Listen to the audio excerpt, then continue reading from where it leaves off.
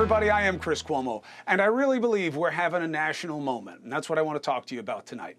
Change is in the air, and yes, we're going to talk Dave Chappelle. Is he going to be canceled for his SNL shtick this weekend? He did seem to echo some of Kanye West's anti-Semitic comments, but what is the best way for us to handle even perceived hate?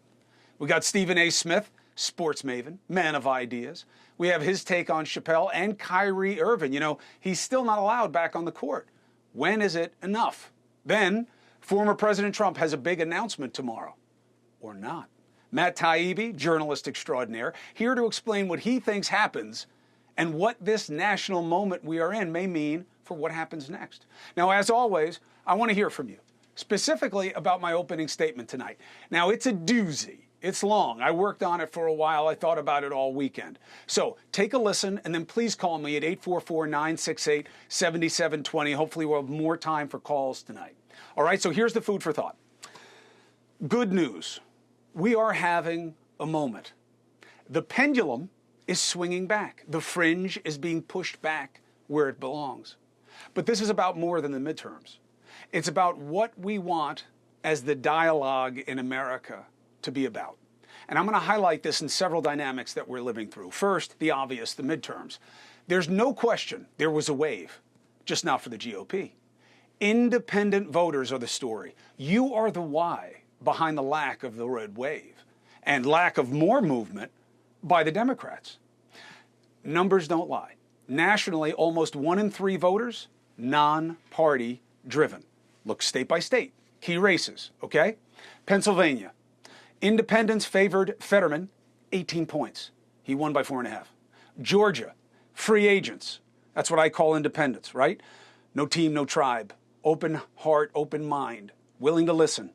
Free agents, like Warnock, plus 28. Remember the spread.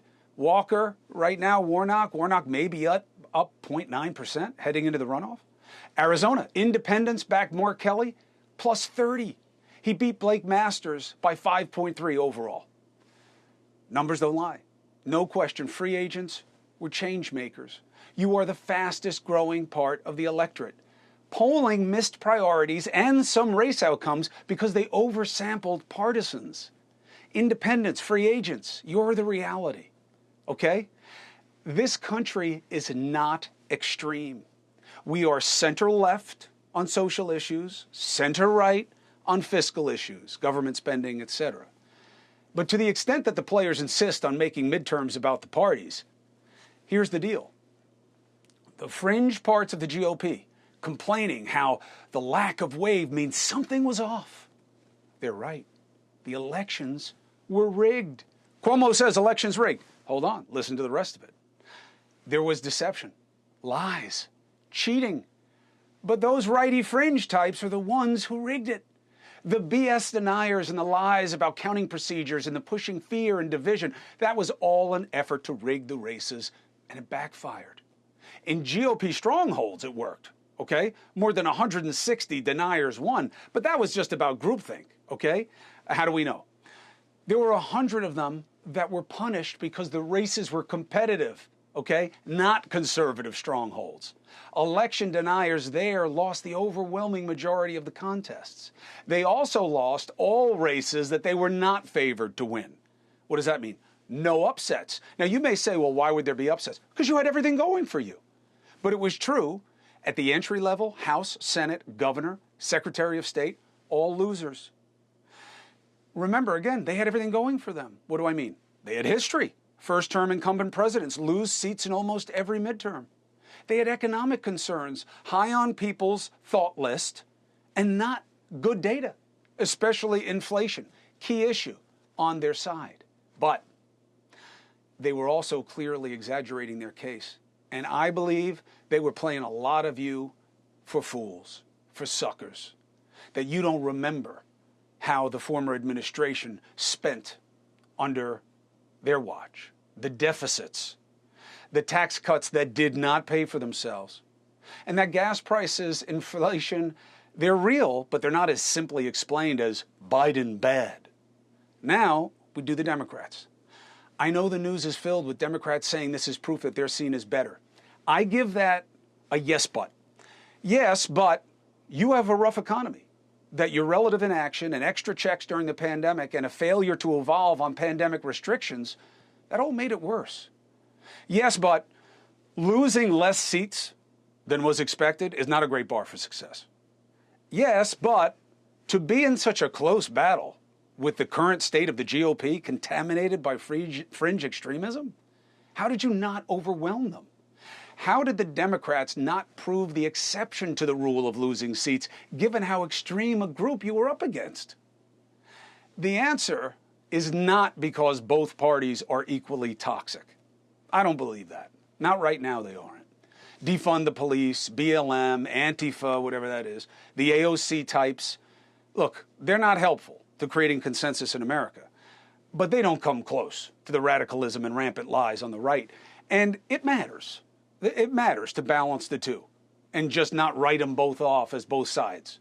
I get that. There are two sides, but you've got to be fair about them. And I'll tell you something else.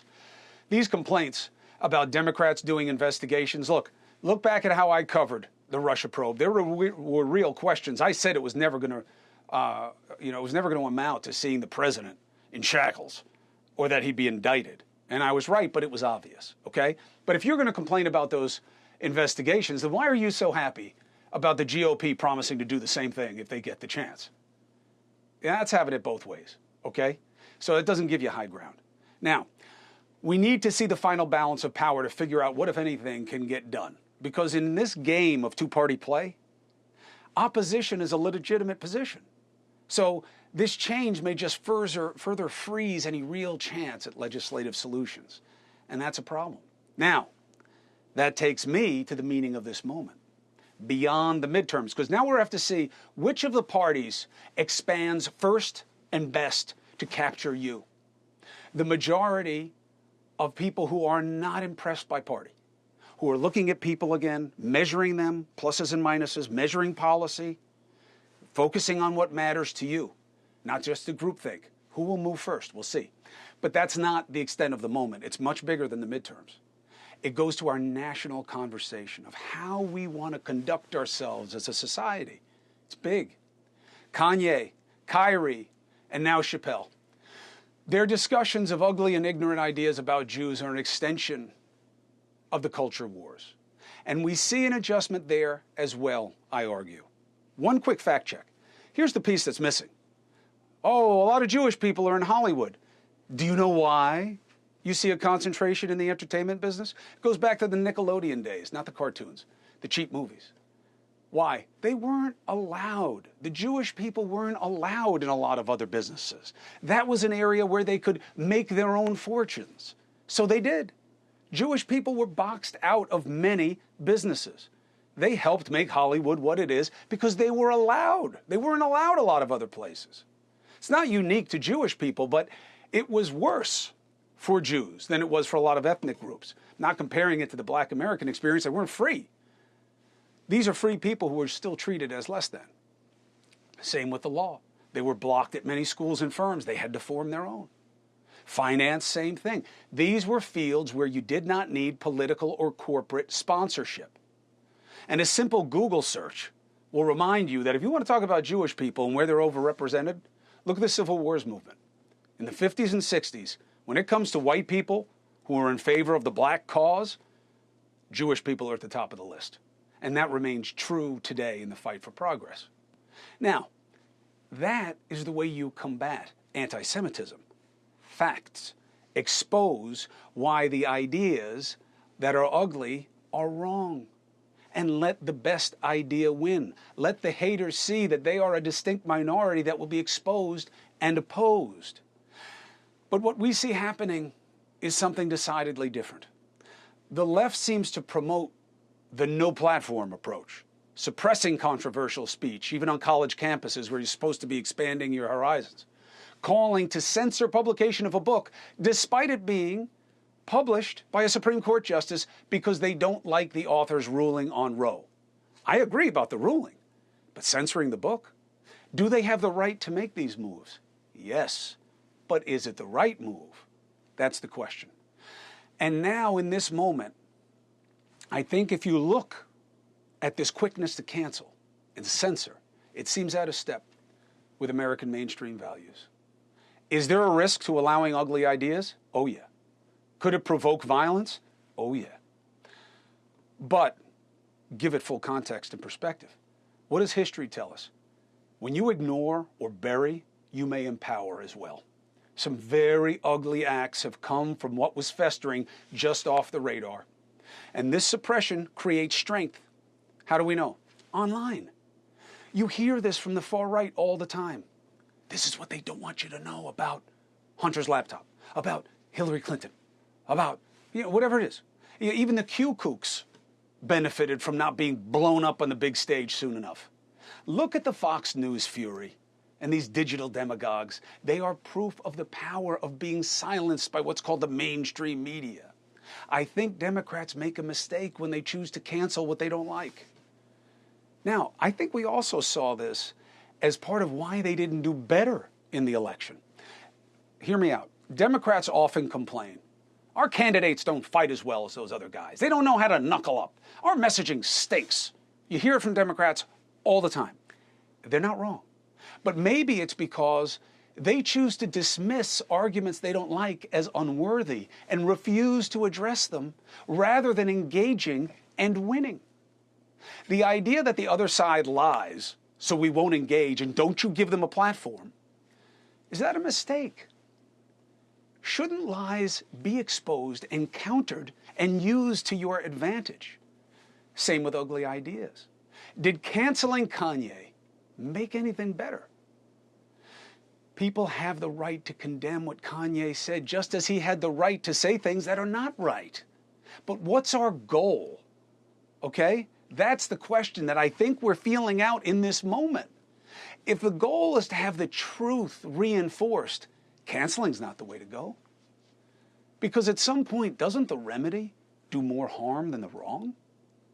Kyrie Irving. He ain't Kanye, but he's still not playing. Does that make things better, or does it promote a sense of him being victimized by the left and how it dominates society? Does it feed the fringe's mentality of being a victim against the oppressive state? That takes me to Dave Chappelle on SNL. Arguably the top of the funny food chain, right, Chappelle?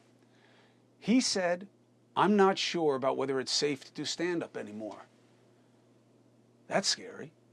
He didn't even touch on his trans drama, despite staffers on SNL not wanting to be in sketches with him. He didn't even touch it in any real way. He was playing safe. That's what's scary to me. Now, what he did say also warrants attention. He did seem to echo ideas that Kanye put out there. He didn't go as far, and he made some of it funny. But was it worthy of a laugh? It's very subjective. Yes, he made suggestions that Jewish people have outsized influence. And yes, that absolutely feeds animus, even if it were true, because it misses the context of why they have outsized numbers and influence, why they work in that field, and what it means about how their influence is used, like I explained earlier. Chappelle even said that Kanye is not wrong to think some of these things. Listen.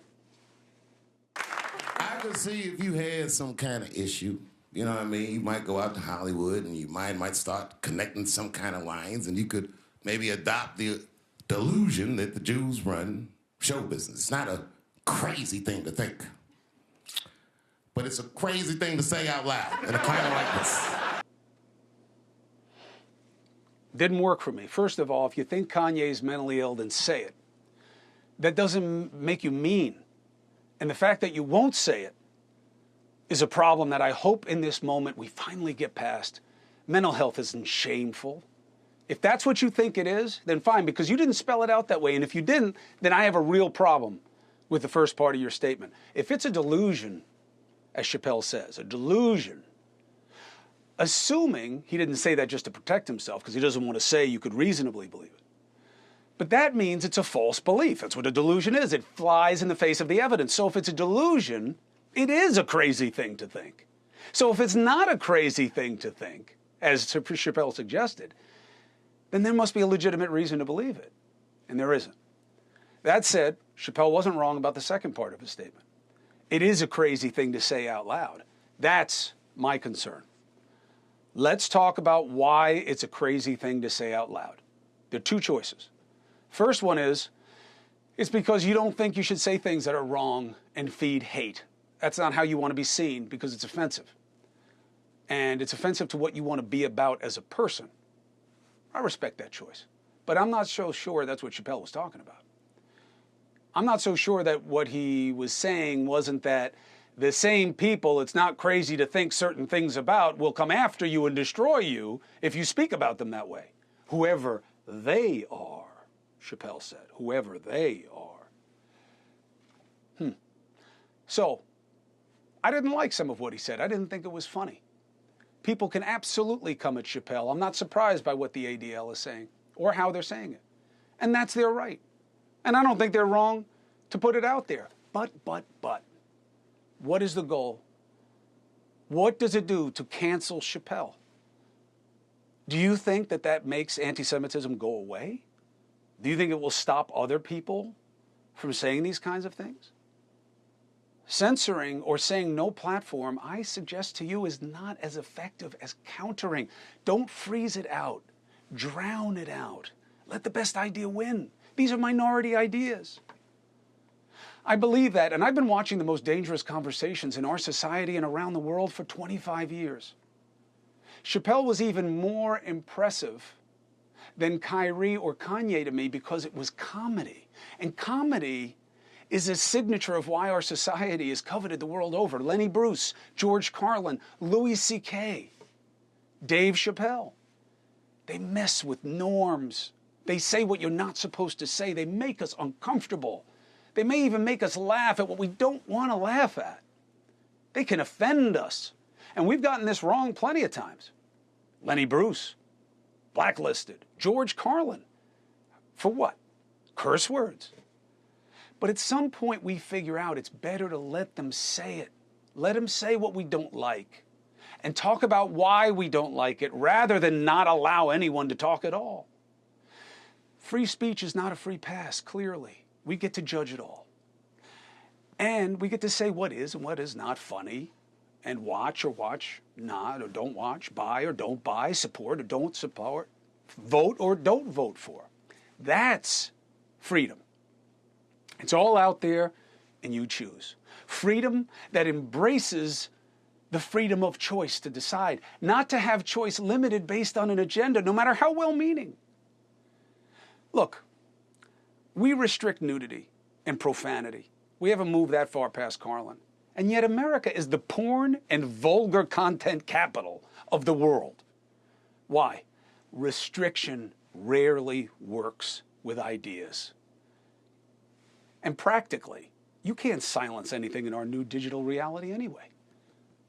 You're better off testing and taking down ideas with no good basis. That is how ideas die. Information, argument, showing why so many reject an ugly idea. Limiting debate to only what you want to hear creates more trouble. We are in this phase of, because I said so. That's the mentality, right? That is akin to parenting. But unlike the rules within a household, at least ours, the parent doesn't have to justify what they want and don't want at the end of the day. But you're not children. You shouldn't be dictated to by one side of the aisle or the spectrum of influence or thought. What does it mean that the law is moving over time to allow more speech? You used to have problems with fighting words. You used to have problems with hate speech. Not now. But society, especially as controlled by the left, is getting more restrictive. Takes us to the last aspect of this moment we're having.